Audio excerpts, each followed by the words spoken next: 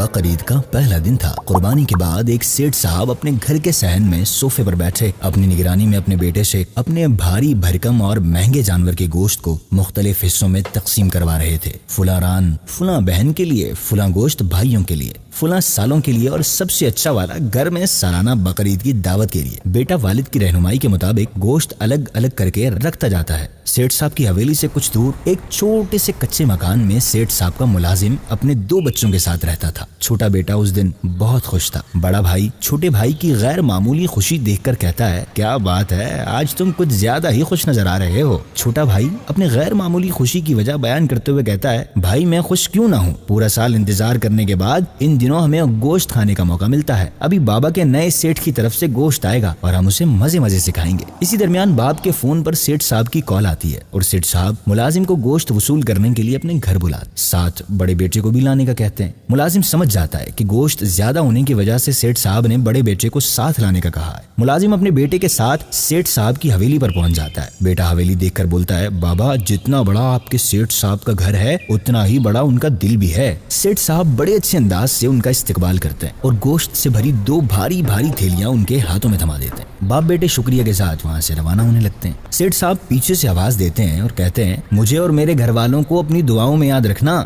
ملازم شکریہ ادا کرتے ہوئے بیٹے کے ساتھ وہاں سے روانہ ہو جاتا ہے، اپنے گھر پر پہنچتا ہے۔ گھر میں داخل ہوتے ہی چھوٹا بیٹا باپ سے کہتا ہے، بابا آپ کے سیٹھ تو بڑے دل والے ہیں، 2 تھیلیاں دے دی۔ ہاں بیٹا، ان کا دل بہت بڑا ہے، اور جب تم گوشت کھاؤ تو ان کے اور ان کے گھر والوں کے لیے خوب دعائیں کرنا۔ بڑا بیٹا گوشت کی تھیلی کھول کر اس میں دیکھنے لگ جاتا ہے۔ تھیلی میں دیکھتے ہی بڑے بیٹے کا منہ اتر جاتا ہے اور وہ مایوس ہو جاتا ہے۔ باپ اس کا مایوس چہرہ دیکھ کر کہتا ہے، بیٹا کیا ہوا، منہ کیوں اتر گیا؟ بیٹا گوشت کی تھیلی باپ کے سامنے کر دیتا۔ تھیلی میں دیکھنے پر باپ کو اس تھیلی میں صرف ہڈیاں نظر آتی ہیں۔ باپ بڑے بیٹے سے کہتا ہے، بیٹا دوسری تھیلی میں دیکھو، کیا پتا اس میں صاف گوشت ہو۔ بیٹا ایک نئی امید کے ساتھ باپ کے ہاتھ سے تھیلی لے کر اس میں دیکھتا ہے تو اس میں چربی ہوتی ہے۔ چھوٹا بیٹا دونوں تھیلیوں میں صرف بنا گوشت کی ہڈیاں اور چربی دیکھ کر اپنے مایوس چہرے کے ساتھ باپ کو دیکھتا ہے اور کہتا ہے، بابا آپ کے سیٹھ صاحب واقعی دعا کے مستحق ہیں، اللہ پاک انہیں ہدایت دے اور ان پر رحم فرمائے۔ ہمارے پیارے آقا صلی اللہ علیہ وسلم نے فرمایا، لوگوں کے لیے بھی وہی پسند کرو جو اپنے لیے پسند کرتے ہو، جو اپنے لیے ناپسند کرتے ہو اسے دوسروں کے لیے بھی ناپسند کرو۔ مستحب اور بہتر یہ ہے کہ قربانی کے گوشت کے 3 حصے کیے جائیں۔ البتہ